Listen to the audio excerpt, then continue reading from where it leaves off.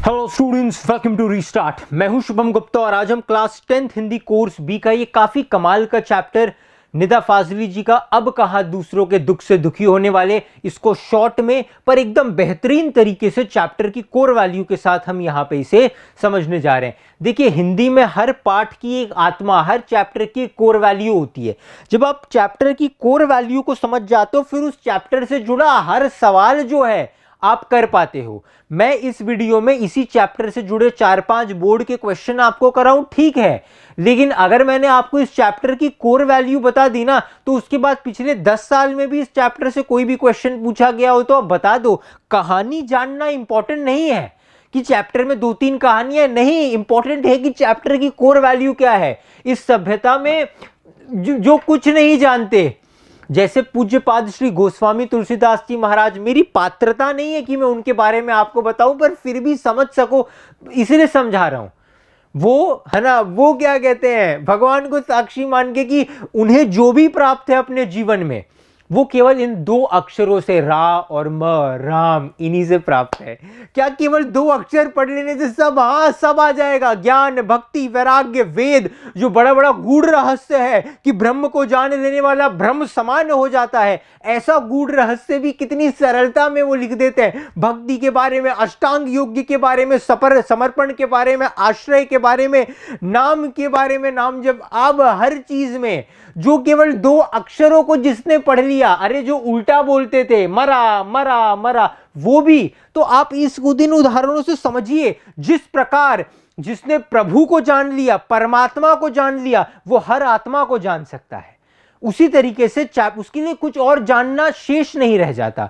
उसी प्रकार चैप्टर की कोर वैल्यू को अगर आप समझ जाओ तो आप उस चैप्टर से जुड़ा हर एक सवाल लिख सकते हो और ऐसे आंसर्स आप दोगे जो बेहतरीन होंगे। वो किसी गाइड से घिसे पिटे या 5 मिनट की समरी पढ़ करके लिखे हुए आंसर्स वो नहीं होंगे। अब कहां दूसरों के दुख से दुखी होने वाले, निदा फाजली जी का एक पाठ है, उर्दू के ये लेखक रहे हैं, ठीक है, ऑथर के बारे में ज्यादा आपको नहीं है। पाठ प्रवेश में मैं आपको बताता रहूंगा। देखिए, ये चैप्टर इस तरीके से शुरू होता है। इस चैप्टर की थीम ये है कि प्रकृति ने, भगवान ने, प्रकृति ने, नेचर ने, भगवान ने, प्रकृति समझते हैं, प्रकृति में भगवान ने हम सबको बनाया, जीव जंतुओं को, पहाड़, पेड़ पौधों, सबको बनाया। एक छोटी सी चींटी और मच्छर से लेके बड़े हाथी तक हमको सबको भगवान ने बनाया। हम सबको साथ रहने के लिए बनाया। इस प्रकृति पर, इस नेचर पे हम सबका अधिकार है। लेकिन आजकल इंसानों ने अपनी बुद्धि के जरिए अपने आप को ज्यादा डोमिनेंट स्पीशी के तौर पे एस्टैब्लिश कर दिया है। अब यहां ध्यान दीजिए, इससे बढ़ के इस चैप्टर में, इस चैप्टर की कोर वैल्यू में एक और लेयर है। यकीन ना आता हो तो इस पाठ को पढ़ जाइए और साथ ही याद कीजिएगा अपने आसपास के लोगों को। जब वो कहते हैं अब कहा, चैप्टर का टाइटल क्या है, नाम, अब कहा दूसरों के दुख से दुखी होने वाले, की पहली बात ध्यान से दो ही कोर वैल्यू इस चैप्टर की। पहली बात कि ये जो पूरी प्रकृति है, जो पूरे का पूरा एनवायरनमेंट है, ये सिर्फ इंसानों के लिए नहीं, ये सभी के लिए बना है। सबका इस पे उतना ही अधिकार है जितना हम इंसानों का है। दूसरा, आज ऐसे लोग नहीं हैं जो दूसरों के दुख से दुखी हो। दूसरों को दुख दे करके सुखी होने वाले लोग बहुत है कि उसकी जेब से 10 रुपया चुरा लिया, वाह वाह जाके समोसा खाऊंगा, पर वो 10 रुपए उसने कितनी मेहनत से कमाए थे, वो 10 रुपए उसको कहां से मिले थे, ये पूछने वाला कोई नहीं है। तो एक समय था जब ऐसे लोग होते थे जो दूसरों को दुख नहीं देते थे, जो दूसरों के दुख से दुखी हो जाते थे कि मैं चल रहा हूं और गलती से मेरे पांव के नीचे अगर चींटी आ जाए, अरे हम आपसे अपेक्षा नहीं करते कि आप चींटी को उठा करके कहीं मिट्टी में गाड़ो, पर कम से कम हृदय में दुख तो हो। वो कहते हैं ना, कहीं देख दुखिया, गर दुखी तेरा मन है, यही तो भजन है। रोता है यदि वो, कोई रो रहा है, तेरे मन में रुदन है, कहीं ना कहीं पीड़ा है, यही तो भजन है। ये ऐसे लोग आजकल नहीं है और इसको बड़ा आम बात बना लेगा। हाँ, ये तो लोग, ऐसे तो लोग होते ही नहीं है, ऐसे तो बहुत सिद्ध लोग होते होंगे, बहुत सत्यवादी लोग होते होंगे, नॉर्मल लोगों की तो बस की बात ही नहीं है दूसरों के दुख में। इतने करप्ट हो गए हैं लोग अंदर से कि दूसरों के दुख में दुखी भी नहीं होते और इसको नॉर्मल बात समझते हैं। ये पाठ की कोर वैल्यू है। अब आगे बढ़िए, ठीक है, यहां से पाठ शुरू होता है। इस पाठ में कुछ प्रसंग वो आपको देंगे लेखक, है ना, 5, वो मेरे ख्याल से गिनती आगे पीछे हो सकती है, 5 वो आपको प्रसंग देंगे। 5 छोटी छोटी कहानियां बताएंगे इस चैप्टर में, जिसमें से 3 कहानी हिस्टोरिक है और 2 कहानी वो अपनी लाइफ से आपको बताएंगे। पहली कहानी आप समझिए, सोलोमन। सोलोमन उसी जो क्रिश्चियनिटी में सोलोमन है, उसी को मुस्लिम है ना इस्लाम में सुलेमान कहा गया है। ये उर्दू भाषा के ही लेखक हैं निदा फाजिली साहब। बाइबल में सोलोमन, ठीक है, और जिसे कुरान में सुलेमान कहा गया। अब वो बता रहे हैं कि सोलोमन या सुलेमान जो भी आप कहे, बाइबल में सोलोमन है और कुरान में सुलेमान है। ये सिर्फ इंसानों के राजा नहीं थे, ये इस पूरे धरती के राजा थे। पूरे धरती के, यानी कि धरती पे जितने भी कीड़े मकोड़े, जीव जंतु, पक्षी, मछली, सब धरती के जितने जीव जंतु हैं मनुष्यों को लेकर, सबके राजा कौन थे? सोलोमन या सुलेमान। और इसीलिए क्योंकि इन्हें भगवान ने भेजा था, तो ये धरती पे क्योंकि सभी के राजा थे, तो सभी की, छोटी सी चींटी से लेकर बड़े से हाथी की, ये सभी की भाषा को समझते थे। अब एक बार क्या हुआ कि सोलोमन या सुलेमान अपने, क्योंकि राजा थे तो उनके साथ उनका एक काफिला था, घोड़ों के ऊपर जा रहे थे, तो रास्ते में कुछ चींटियां थी। आप छवि से बेटर समझ पाएंगे, रास्ते में कुछ चींटियां थी। चींटियों ने जैसे घोड़ों के टापों की आवाज सुनी, उन्होंने वो तितर बितर डरने लगी, वो आपस में बात करने लगी, अरे जल्दी यहां से हटो नहीं तो घोड़ों के टापों के, अब घोड़े हैं, छोटी सी चींटी है, घोड़े के पांव से हम दब जाएंगे। तो चींटियां इधर उधर भागने लगी, आपस में घबरा के बात करने लगी। क्योंकि सोलोमन हर जानवर की, हर व्यक्ति की, हर पशु पक्षी की भाषा जानते थे, इसलिए वो समझ गए। उन्होंने अपनी सेना को रुकने के लिए कह दिया और उन चींटियों से उनकी भाषा में कहा कि घबराओ मत, खुदा ने यानी कि भगवान ने मुझे सबके लिए भेजा है। मैं सिर्फ इंसानों का नहीं, सबका राजा हूं। मैं सभी की सलामती चाहता हूं, ठीक है, मैं सभी की घबराओ नहीं, सुलेमान को खुदा ने सबका रखवाला बनाया है, मैं किसी के लिए मुसीबत नहीं बनूंगा। चींटियों के लिए, जिनको लोग अक्सर फूंक मार के या लात से इधर उधर मार के, हाँ वो 2-4 तो मरी जाती है, क्या करें, हाँ का क्या काम था। जो ऐसे एटीट्यूड जो आजकल लोगों को हो गया, उस समय सोचो चींटियों के लिए अपना पूरा काफिला रुकवा देना कि 2 मिनट रुक जाओ, चींटियों को पास होने दो। ये पहला प्रसंग वो आपको बताते हैं। दूसरा प्रसंग, दूसरी कहानी शेख अयाज के बारे में। शेख अयाज ये सिंधी भाषा के बहुत बड़े कवि हुए हैं, जैसे ये इसके ऑथर निदा फाजिली है, सिंधी भाषा के बड़े कवि शेख अयाज जी। दूसरी कहानी छोटी सी, वो भी मैं आपको बताता हूँ। कहानी ये है कि शेख अयाज जो है वो बताते हैं, वो उन्होंने अपनी ऑटोबायोग्राफी लिखी। बहुत बड़े कवि बन गए सिंधी भाषा के शेख अयाज जी, उन्होंने ऑटोबायोग्राफी लिखी, बड़े लोग अक्सर लिखते हैं। तो उसमें वो एक प्रसंग बताते हैं कि एक बार ऐसा हुआ था कि मेरे पिताजी, जब मैं छोटा था तो मेरे पापा जो हैं वो, अब उस वक्त घरों में बाथरूम जरूर नहीं होता था, घर से दूर कुएं पे गए थे नहाने के लिए। कुएं पे नहाए, नहा धोआ के आ गए, आए तो माँ ने खाना परोसा, पिताजी खाना खाने बैठे ही थे, रोटी का एक कौर तोड़ा और तब तक पिताजी का ध्यान गया कि उनकी हाथ के ऊपर एक काला च्योंटा, मैंने उसे भी अंडरलाइन किया गया, काला च्योंटा, वो बड़ी वाली काली चींटी नहीं होती, बड़ी वाली काली चींटी, वो एक काला च्योंटा रेंग रहा था। तो पिताजी ने निवाला उठाया ही था, उन्होंने वो रख दिया और फिर जो है उठ गए, खाना छोड़ के उठ गए। तो माँ ने पूछा, अरे क्या हुआ क्या हुआ, खाना अच्छा नहीं लगा, क्या बात है, खाना छोड़ के अचानक क्यों उठ रहे हो? तो उन्होंने बोला कि मैंने जाने अनजाने में गलती से किसी को उसके परिवार से अलग कर दिया, मैं इसे इसके परिवार के पास ही यानी कि दूर कुएं पे फिर छोड़ने जा रहा हूं। और फिर वो चले गए और उस कुएं के पास जाकर के चींटे को वहीं छोड़ा और फिर वापस आए और घर पे आके भोजन किया। ये पहले के लोगों की मानसिकता थी, ये दरियादिली थी जो आज के लोगों में शायद नहीं दिखाई देती। ठीक है, किसी को उनके घर से बेघर किया और उसे वापस छोड़ने जा रहे हैं। ठीक है, अब और एक ये दूसरा उदाहरण, अच्छे लोगों का उदाहरण, पहले सोलोमन या सुलेमान का चींटियों के लिए रोक दिया, दूसरा चींटी को, काले च्योंटे को छोड़ने के लिए वापस कुएं पे गए आके खाना छोड़ के। तीसरा प्रसंग, तीसरा उदाहरण वो आपको दे रहे हैं। बाइबल और दूसरे पावन ग्रंथों में नूह नाम के एक पैगंबर का जिक्र है। देखिए क्रिश्चियनिटी और इस्लाम है ना, इन दोनों में थोड़ी सिमिलैरिटी आपको दिखती है। ठीक है, थोड़ी सी सिमिलैरिटी है। खैर, हमारा पॉइंट यहाँ पे ये है कि जैसे सोलोमन और सुलेमान दोनों क्रिश्चियनिटी इस्लाम दोनों में पाए जाते हैं, उसी प्रकार से नूह, अगर मुझे सही प्रोनाउंस करने आ रहा है तो नूह नाम के एक पैगंबर या जिनको मैसेंजर कहते हैं। आपके लिए इंपॉर्टेंट बात यह है कि नूह नाम के एक पैगंबर का जिक्र मिलता है, उनका असली नाम लश्कर था। ठीक है, वो तीसरी कहानी आपको ये बताते हैं कि एक बार एक नूह नाम के व्यक्ति थे, पैगंबर आप कह सकते हैं, है ना, भगवान के जन, वो जा रहे थे रास्ते से घोड़े पे मान लो, तो वहां पे ना उन्होंने उनके रास्ते में एक कुत्ता आ गया और कुत्ता बड़ा घायल था और बड़ा मतलब अच्छा नहीं दिख रहा था, बड़ा अजीब सा दिख रहा था, है ना, शायद उससे थोड़ी गंध भी आ रही होगी। तो उन्होंने उसको धुतकार दिया, "ये जा जा जा गंदे कुत्ते, हटे, यहाँ कहाँ रास्ते में आ गए", है ना। तो उस कुत्ते ने नूह की तरफ देख करके कहा, क्योंकि अब वो नूह जो है उनको ऐसा माना गया है कि वही was a messenger of God, यानी कि आम भगवान के जन थे, तो वो सब जीवों की भाषा बोलते थे, तो वो समझ गए।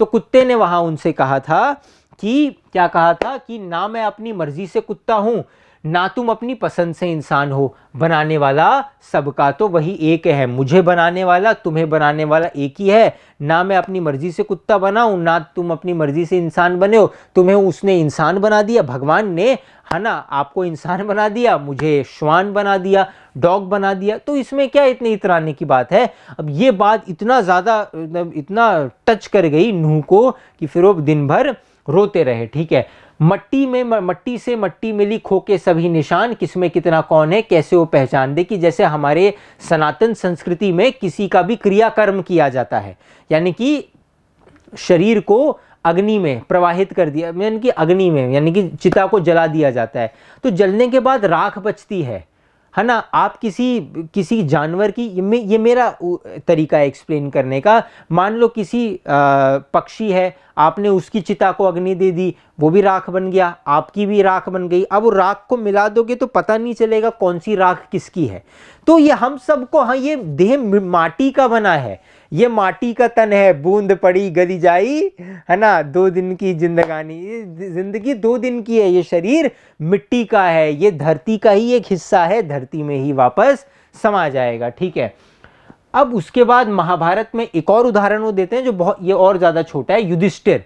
महाभारत का प्रसंग ऐसा आता है बच्चों की, जब महाभारत का कुरुक्षेत्र का युद्ध खत्म हो गया, 18 दिन का युद्ध खत्म हो गया। युद्ध खत्म होने के बाद युधिष्ठिर, धर्मराज युधिष्ठिर चक्रवर्ती सम्राट बन गए। अब हुआ क्या कि कई साल राज करने के बाद उनका जो पौत्र था, अभिमन्यु का पुत्र, पोता परीक्षित, उसको उन्होंने राजगद्दी पर बैठा दिया और 5 पांडव मां द्रौपदी के साथ संन्यास लेने, मतलब राजपाट छोड़ के हिमालय की ओर चले गए। अब यहां पे ये होता है कि जब वो हिमालय की ओर जाते हैं तो एक एक करके, अब वो हिमालय से ही रास्ता एक है जो स्वर्ग की ओर जाता है। ठीक है, ऐसी ये बातें हैं। तो अब रास्ते में ही जो 4 पांडव थे और मां जो थी द्रौपदी जी, वो तो रास्ते में ही उनके प्राण निकल गए। युधिष्ठिर जी अकेले हिमालय के पर्वतों पे चढ़ते चढ़ते चढ़ते चढ़ते स्वर्ग तक गए, और उनके साथ एक कुत्ता भी था, एक श्वान भी था, श्वान को ही डॉग कहा जाता है, एक श्वान भी था। उन्होंने, उस डॉगी ने ही अंतिम समय तक युधिष्ठिर जी के साथ वो सफर जो है तय किया था। बाकी चारों भाई और पत्नी तो पहले ही उनके प्राण पहले ही निकल गए थे। ये इसमें दिया नहीं है, पर ये एग्जाम्पल इसलिए दिया है क्योंकि युधिष्ठिर जी की दरियादिली देखिए।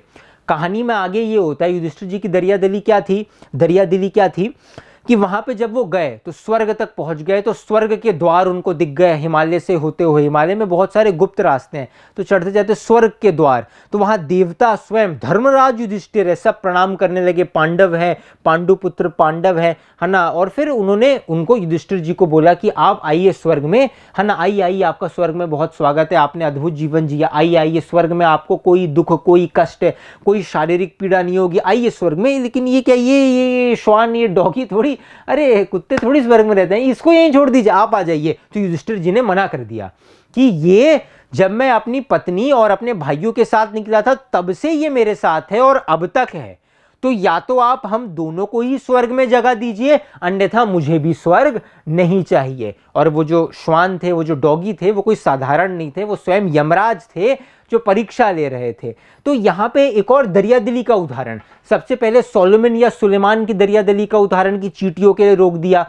दूसरा उदाहरण वो देते हैं, दूसरा याद नहीं आ रहा, दूसरा किसका उदाहरण था, हाँ, शेख हयास के पिताजी का उदाहरण कि चोटे को, काली चींटी को छोड़ने वापस कुएं तक गए। तीसरा उदाहरण क्या देते हैं, नूह का, कि नूह को जब एक कुत्ते ने कहा कि भाई ना तो मैं अपनी मर्जी से कुत्ता हूं और ना तुम अपनी मर्जी से इंसान हो, सबको बनाने वाला एक है, मिट्टी से मिट्टी मिली और जब मिल जाए तो कौन है पहचाना नहीं जा सकता। 14 उदाहरण युधिष्ठिर का कहते हैं जिन्होंने अंतिम समय में स्वर्ग को भी ठुकरा दिया। ठीक है, तो इस तरीके से 4 उदाहरण वो आपको देते हैं। आगे बढ़िए।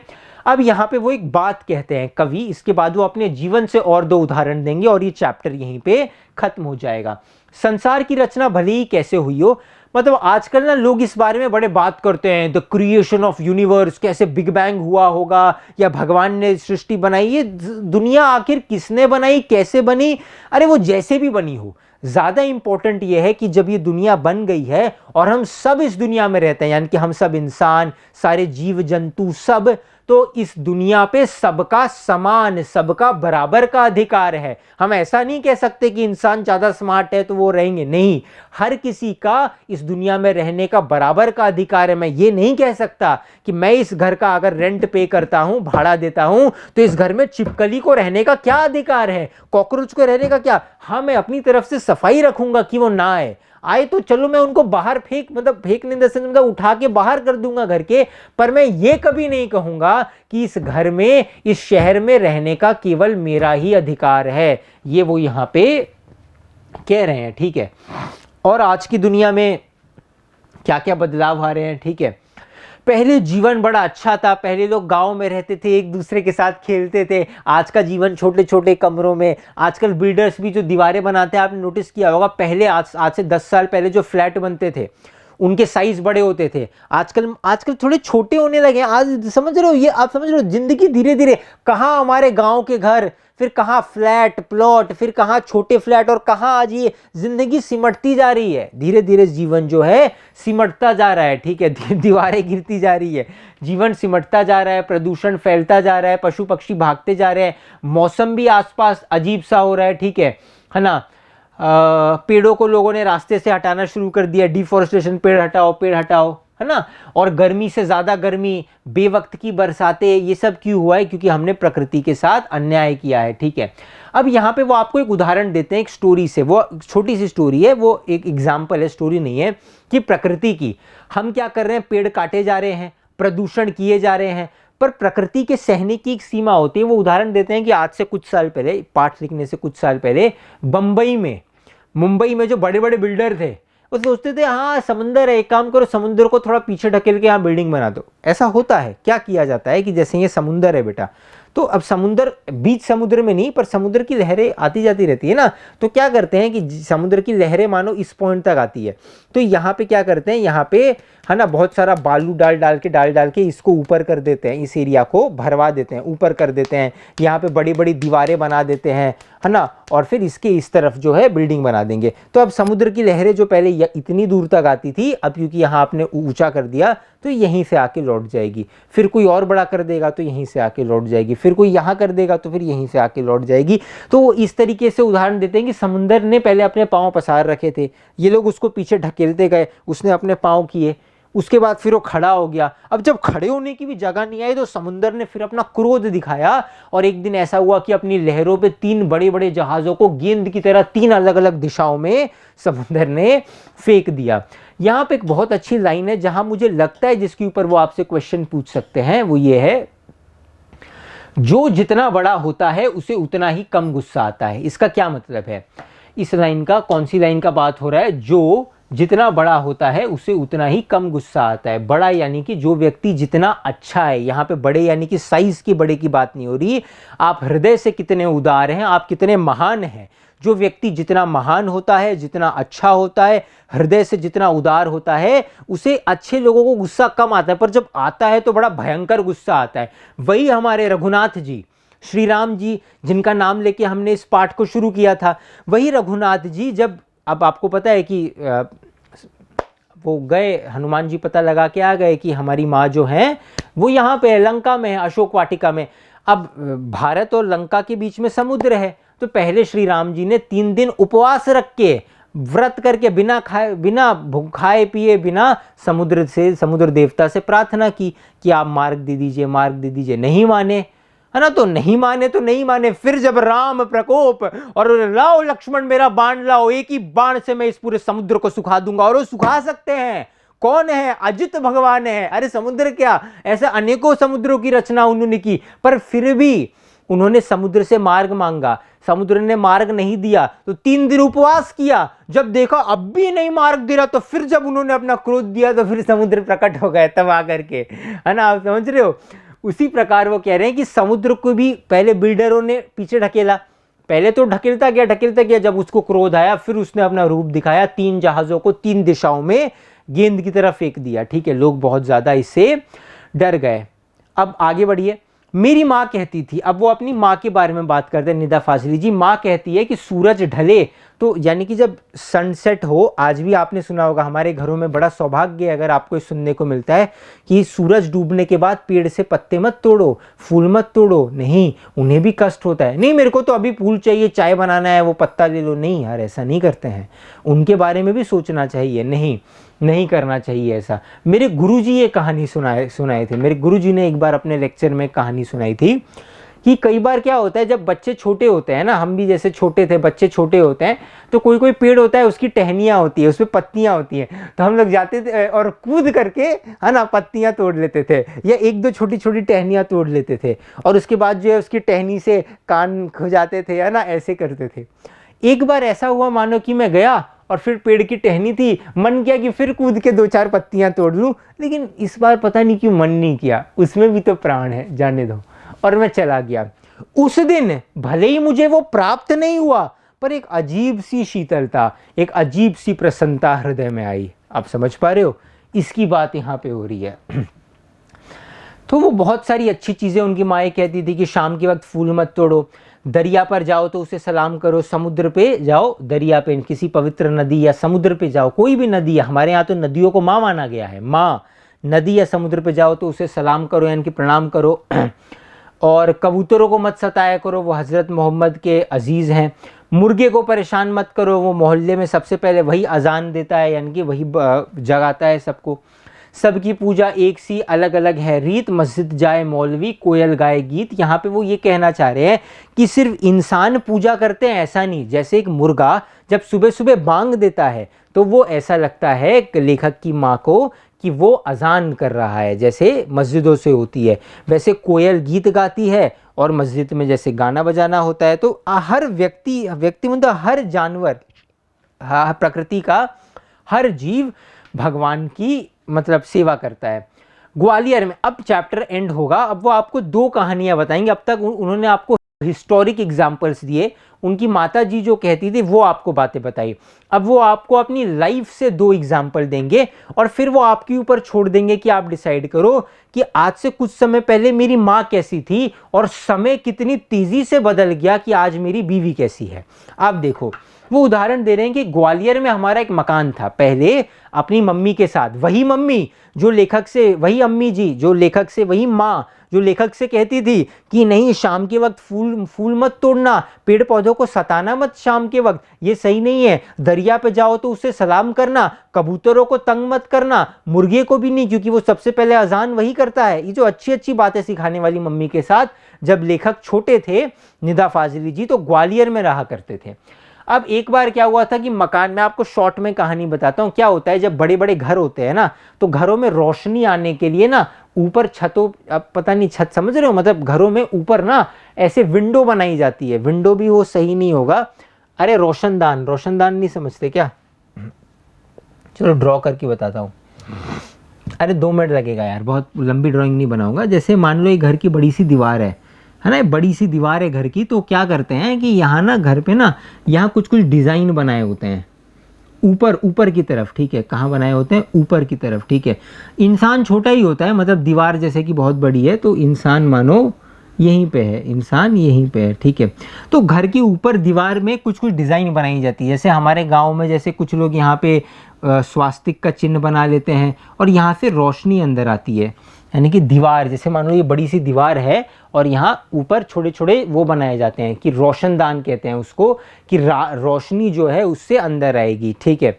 कुछ लोग वहाँ राम राम लिखवा लेते हैं, कुछ लोग वहाँ पे कोई स्वास्तिक वास्तिक बनवा लेते हैं, बड़ा सा बीच में छेद होता है ताकि रोशनी घर के अंदर आए। क्योंकि गाँव में फ्लैट नहीं होता कि ट्यूबलाइट जला दो, तो बड़े बड़े घर होते हैं, कितना ट्यूबलाइट लगाओगे, तो कई जगह पे ऐसे दीवारों में छेद कर करके बड़े बड़े छोटी छोटी खिड़कियाँ आप कह सकते हो, वो बनाई जाती है रोशनी आने के लिए, उसको रोशनदान कहते हैं, ठीक है। वो अक्सर थोड़े चौड़े होते हैं, है ना, तो चौड़े होते हैं ना, तो रोशनदान में आकर के अक्सर चिड़िया जो है वो वहाँ पे आके अपना घोंसला बना लेती है, चिड़िया जो है वो आकर के घोंसला बना लेती है। तो कहते हैं कि हमारे घर में रोशनदान था, वहाँ पे रोशनदानी थी, रोशनीदानी, वहाँ पे दो कबूतरों ने, कबूतर दंपत्ति, कबूतरों के एक जोड़े ने घोंसला बनाया था।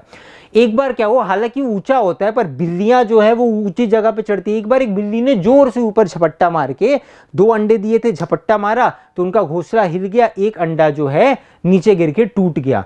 लेखक की माँ ने, निदा फाजली जी की माँ ने जब देखा ये अम्मी ने, तो उनको अच्छा नहीं लगा, अरे ये क्या कर रही है बिल्ली। उन्होंने बिल्ली को भगाया और क्योंकि घोंसला हिल चुका था तो कहीं दूसरा अंडा भी नीचे गिर के ना टूट जाए, इसलिए उन्होंने एक सीढ़ी लगा के दूसरे अंडे को बचाने की कोशिश की, लेकिन गलती से उन्हीं के हाथ से दूसरा अंडा गिर के टूट गया और वो कबूतर का जोड़ा जिन्होंने अंडे दिए थे वो वहीं पे थे और वो तेजी से फड़फड़ाने लगे। कितनी दुखदाई होगी, उनके सामने उनके दोनों अंडे फूट गए। तो इससे ना लेखक की माँ को बड़ा बड़ा आहत हुआ। उन्होंने दिन भर कुछ खाया पिया नहीं, उन्होंने दिन भर कुछ खाया पिया नहीं, दिन भर पानी की एक बूंद भी नहीं पी, रोजा रखा और कई बार नमाज पढ़ पढ़ के खुदा से, अपने भगवान से माफ़ी मांगी कि मुझसे भूल हो गई, मुझसे भूल हो गई, मुझे नहीं पता था ऐसा होगा, मैंने जान के नहीं किया, मुझसे भूल हो गई। उन्होंने माफ़ी मांगी। ये थे पहले लोग। पर अब कहाँ दूसरों के दुख से दुखी होने, पहले थे दूसरों के दुख से दुखी होने वाले लोग, पर क्या अब हैं? अब वो आपको एक और उदाहरण देते हैं।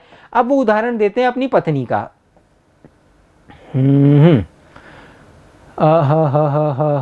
हाँ, अब क्या है कि पहला एग्जाम्पल ग्वालियर का दिया जब वो अपनी मम्मी के साथ रहते थे। अब शायद उनकी मम्मी उनके साथ नहीं है, शायद वो चल बसी, लेखक की शादी वादी हो गई निदा फाजली जी की। अब वो अपनी वाइफ के साथ ग्वालियर में नहीं, अपनी वाइफ के साथ मुंबई में रहते हैं। अब मुंबई में भी उनका एक फ्लैट है ना, मुंबई में भी उनका एक फ्लैट है। वहाँ पहले जंगल हुआ करता था जहाँ बिल्डर्स ने काट काट के जानवरों को भगा के फ्लैट बना दिया, ठीक है। अब वो यहाँ पे एक बात बताते हैं, वो आपको यहाँ पे एक बात बताते हैं, कहाँ गया हम,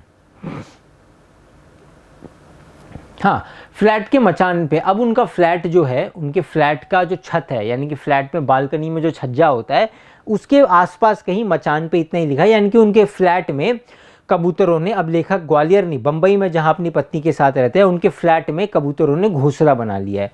अब बच्चे दे दिए हैं, बच्चे अंडे से बाहर भी आ गए हैं। और अब क्या है, जो कबूतर हैं, माँ जो है, पिताजी बार बार जाते हैं और अपने बच्चों के लिए दाना लाना, पानी लाना। जी, एक छोटा बच्चा जिसके पंख भी अभी नहीं निकले, वो सिर्फ माँ की बाट जोता रहता है कि माँ आएंगी तो खाना देंगी। माँ उसके मुंह में खाना खिलाती है, मुंह में पानी देती है। अब वो बार बार आना जाना, तो कोई चीज़ कभी टूटती है, फूटती है, वो ज़मीन पे गंदा भी होता है। तो लेखक की पत्नी ने क्या किया है ना कि उन्होंने वो जो घोंसला है वो हटवा दिया है और जहाँ से कोई फ्लैट में छेद रहा होगा, जहाँ से आते जाते हैं, वहाँ पे जाली लगवा दी है कि अब ये घर के अंदर नहीं आएंगे। कौन है यार, ये आते हैं हमारी लाइब्रेरी में घुस जाते हैं खिड़की से अंदर, बुक को गंदा कर देते हैं, कभी ये सामान गिरा दिया, कभी हमारी घड़ी गिरा दी, है ना, गंदा कर दिया, हमको साफ़ करना पड़ता है, कौन ये किच किच रहेगा, तो जाली लगा दी और बंद कर दिया। तो अंत में लेखक इस पाठ के ये कहते हैं कि ग्वालियर से मुंबई का डिस्टेंस हालांकि बहुत ज़्यादा नहीं है, पर ग्वालियर में जब मैं पहले अपनी माँ के साथ रहता था तब का समय कैसा था, तब के लोग कैसे थे, और आज जब मैं मुंबई में अपनी बीवी के साथ रह रहा हूँ तब का समय कैसा है, अब का समय कैसा है, और अब के लोग कैसे हैं, वो यही वो कहते हैं, ठीक है, यही वो आपसे कहते हैं, ठीक है। अब वो जो कबूतर है, वो चैप्टर को थोड़े सैड एंडिंग है, उस तरीके से एंड करते हैं कि घोंसला हटवा के जाली लगा दिया। अब वो कबूतर बेचारे रोज़ अंदर आके रहते थे, अब वो बाहर जाली से ही बैठ के देखते रहते हैं। पर अब उनकी बात कौन सुनेगा, क्योंकि पहले के ज़माने में अच्छे लोग हुआ करते थे, आज के लोगों के अंदर वो अच्छाई नहीं है। आज कोई सोलोमन नहीं है, कोई सुलेमान नहीं है, आज कोई धर्मराज युधिष्ठिर नहीं है जो उनकी बात को समझे, है ना। वो एक लाइन लास्ट में कहते हैं, इसका अर्थ मैं बता देता हूँ आपको। नदियाँ सींचे खेत को, तोता कुतरे आम, सूरज ठेकेदार सा सबको बांटे काम। यहाँ बेसिकली इसका ये मतलब होता है कि दुनिया में हर किसी का कोई ना कोई काम है, हम सब एक साथ मिल के वो काम करें। जैसे नदियों का काम है खेतों को सींचना, पानी देना, तोते का काम है आम को खाना, है ना, सूरज का काम है सबको काम बांटना, सूरज की हवाएं तुम ऐसे चलो, क्योंकि सूरज से ही विंड साइकिल, रेनफॉल, तो हवाओं को, बारिश को डिटरमाइन होता है, तो ये सब सूरज का काम है। तो प्रकृति में हर किसी का कोई ना कोई रोल है, चाहे वो सूरज हो, चाहे वो नदियाँ हो, चाहे वो एक तोता हो, हर किसी का प्रकृति में कोई ना कोई रोल है, इसलिए हम किसी को भी इग्नोर नहीं कर सकते, ठीक है। तो ये इसका मीनिंग है। स्टूडेंट्स, मैं उम्मीद करता हूँ कि निदा फाजली जी का ये पाठ अब कहाँ दूसरों के दुख से दुखी होने वाले आप बहुत बेहतरीन तरीके से समझ गए होंगे, चैप्टर की कोर वैल्यू समझ गए होंगे और ज्ञान के साथ थोड़ा गुण भी सीख करके गए होंगे। आपके समय के लिए बहुत बहुत धन्यवाद।